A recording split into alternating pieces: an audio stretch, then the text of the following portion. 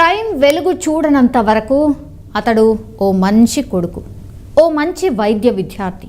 కానీ అతను చేసిన పని వెలుగు చూసిన తర్వాత మాత్రం తల్లిదండ్రులు సిగ్గుపడాల్సిందే.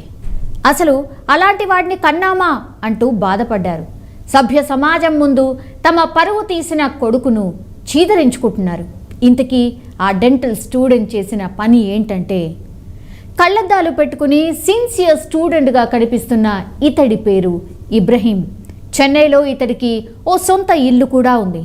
ఖాళీగా ఉన్న ఆ ఇంటిని ఎవరైనా అద్దెకు ఇవ్వాలని ఇబ్రహీం తండ్రి అనుకున్నాడు.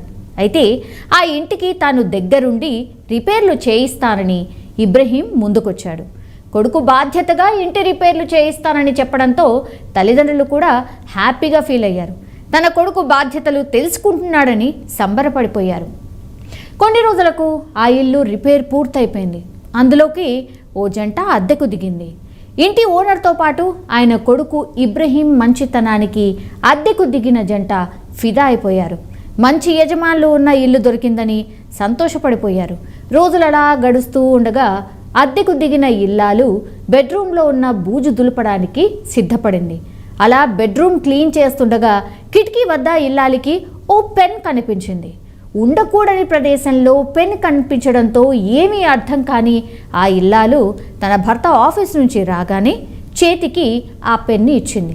చూడటానికి సాధారణంగానే కనిపించింది. ఆ పెన్నును చూసి ఆ ఇల్లాలి భర్త ఎందుకో ఇది కొత్తగా ఉంది అని అనిపించింది.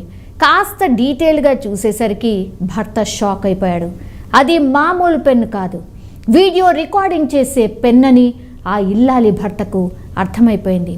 ఆ పెన్ కెమెరాతో డైరెక్ట్గా ఫోన్ను కనెక్ట్ చేసుకుని వీడియోలు చూడొచ్చని తెలిసిన భార్యాభర్తలు ఇద్దరికీ దిమ్మ తిరిగే షాక్ తగిలింది. పెన్ కెమెరాను చూసి షాక్ అయిన దంపతులు ఇద్దరు అందులో చిప్ను కంప్యూటర్లో పెట్టి చూస్తే కాళ్ల కింద భూమి పూర్తిగా కంపించిపోయింది.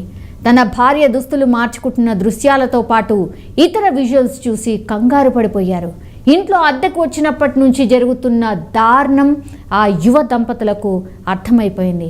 ఇక ఒక్క సెకండ్ కూడా లేట్ చేయకుండా వెంటనే ఆ పెన్ కెమెరాతో పోలీస్ స్టేషన్కు వెళ్ళిపోయారు. జరిగిన దారుణంతో పోలీసులు కూడా ఒక రకంగా షాక్ అయిపోయారు. ఓనర్ ఇంటికి వెళ్ళిన పోలీసులు ఎంక్వైరీ చేస్తే బీడీఎస్ చదువుతున్న తమ కొడుకే ఈ నీచమైన పని చేశాడని తల్లిదండ్రులు తెలుసుకుని షాక్ అయిపోయారు. బీడీఎస్ విద్యార్థి సెల్ ఫోన్లో పెన్ కెమెరా నుంచి రికార్డ్ అయిన వీడియోలు కనిపించాయి.